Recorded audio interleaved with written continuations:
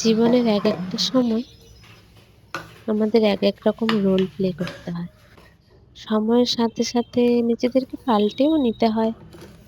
এই আমি যে সকালে উঠতেই পারতাম না, যে দিনগুলো মর্নিং ডিউটি না থাকতো, সকাল ১০টার আগে কখনো বিছানা ছাড়িনি।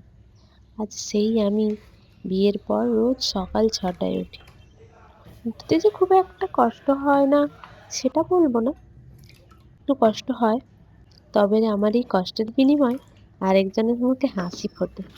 প্রিয়জনকে ভালো রাখতে তো আমরা সকলেই চাই।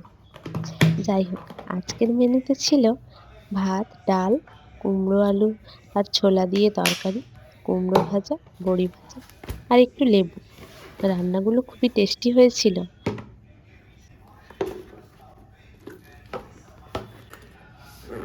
আজ আসি, সবাই ভালো থাকবেন।